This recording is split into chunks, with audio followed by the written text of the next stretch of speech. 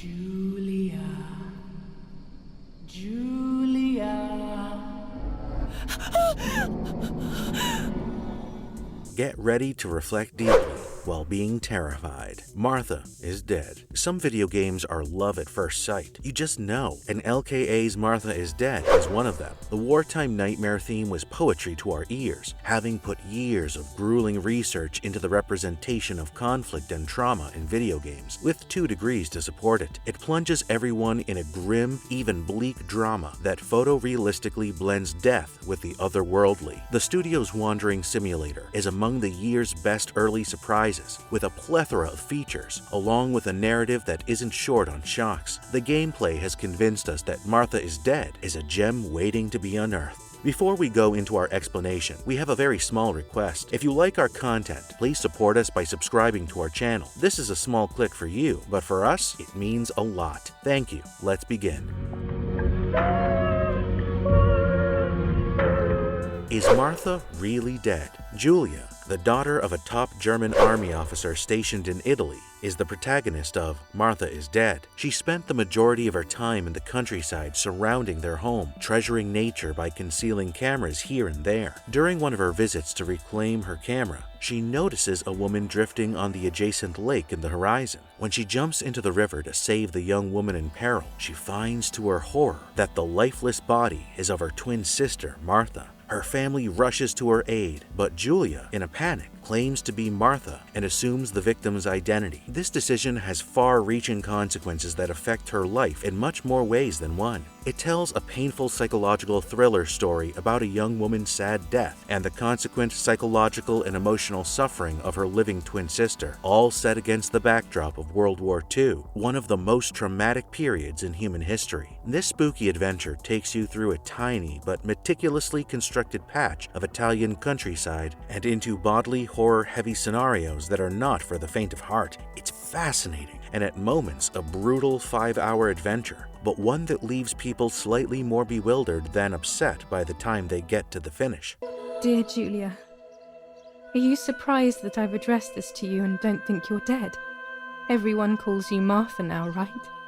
I know you too well. Julia, realizing that Martha was always the favorite kid, ignores the misunderstanding, but instead claims to be Martha while analyzing the extraordinary circumstances surrounding her sister's murder. Julia is dragged down into the abyss of insanity by the core conditions of living in denial, while also trying to uncover the troubling facts surrounding the real Martha's death, turning her into a growingly unreliable witness and creating a riveting traumatic experience as her sincerely discomforting visions become indistinguishable from her grief-stricken existence. Going to precise locations throughout the family estate, snapping pictures with an antique camera, or finding missing rolls of film, and heading to a subterranean lab to process each shot, which is a key to solving the mystery surrounding Martha's demise. Julia's camera, which can be upgraded with extra lenses and flashbulbs, isn't just a method for the game's eerie ambience to get under your skin in unexpected ways, with infrared film uncovering secret messages and devilish groans and murmurs seeping in from the woods while your field of vision is obstructed by the camera's field of view. Martha is Dead astonishes audiences with its storytelling prowess and its use of environment to convey the protagonist's thoughts. Those expecting a pure horror portrayal will most likely be disappointed. Sure, some passages are loud, even frightening,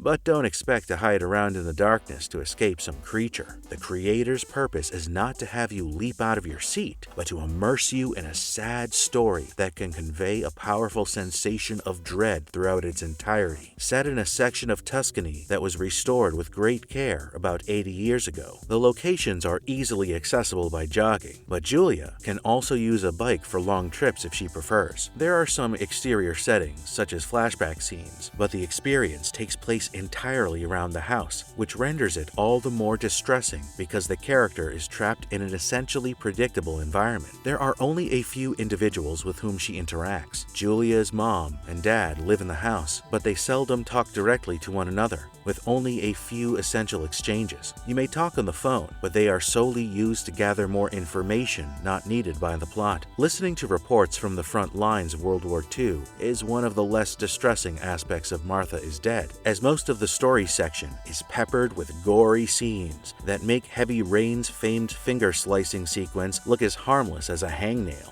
Some of these situations are completely passive, such as coming upon a recently mutilated landmine victim in the forest, while others are more participatory, such as being forced to hand-cut the skin off a particular character's face using the sharp edge of a chain pendant. These are only a few of the more moderate instances, and Martha is Dead does contain certain acts that are disturbing indeed. The 1940s wartime backdrop was at the top of many people's list of reasons to enjoy Martha is Dead. The game is completely told in Italian and is set in Tuscany rather than the blood-soaked battlefields of France and Germany or the sweltering heat of the Pacific, although this can be changed. While the narrative of Martha is Dead appears straightforward at first look, enraged ghostly woman murdered innocent young kid, it is anything but that. Players are slammed with surprise twists after surprise twists as we proceed throughout Julia's terrible story, peaking in a conclusion that people honestly didn't see coming. While the game is short, it is memorable, cramming a roller coaster of a pilot into several hours of wonderful narration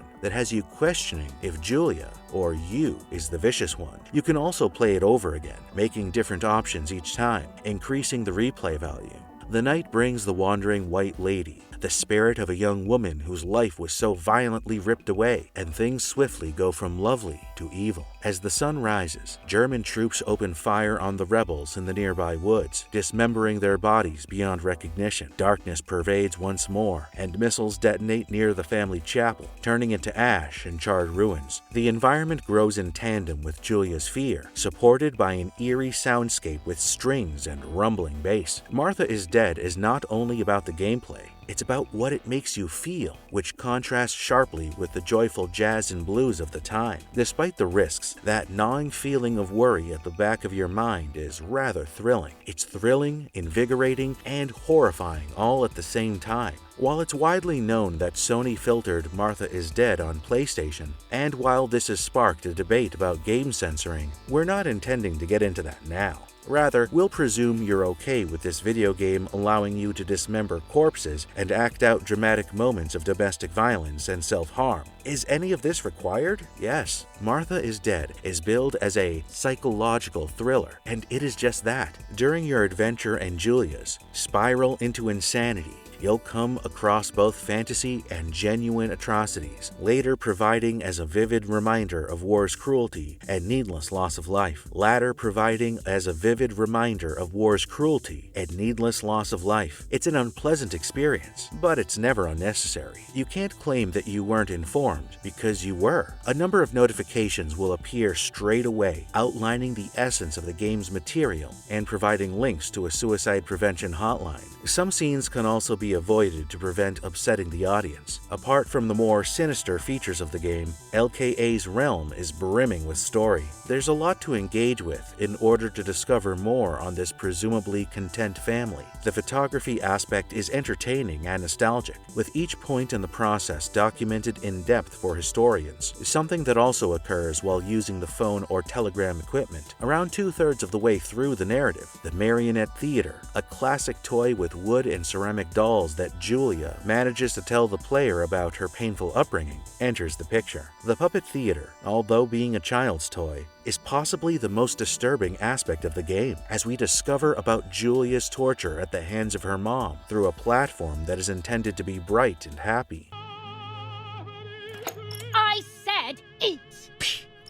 The contrast between a kid's game and torture that only an adult can completely appreciate sends shivers up your spine, and it's far more unsettling than the violent stuff in many respects. The studio has developed a gorgeous contemporary piece of visual art, which is a must-see for casual gamers and sophisticated scholars equally by engulfing the player in this bleak reality. The game is not for the faint-hearted, since it features inventive narration and a desire to push the limits. It engages into the deepest aspects of the human psyche in a manner that packs a punch, but tempts the player to keep returning for more. Even if you don't understand, you don't need to. This game is something to not be missed, and is a stellar addition to games in this genre that have a disruptive yet revolutionary style of executing genuine ideas. And if you liked our content, don't forget to leave a like and subscribe to us if you haven't already. Have a good one, and be safe. Thanks, everyone. Use your desires, your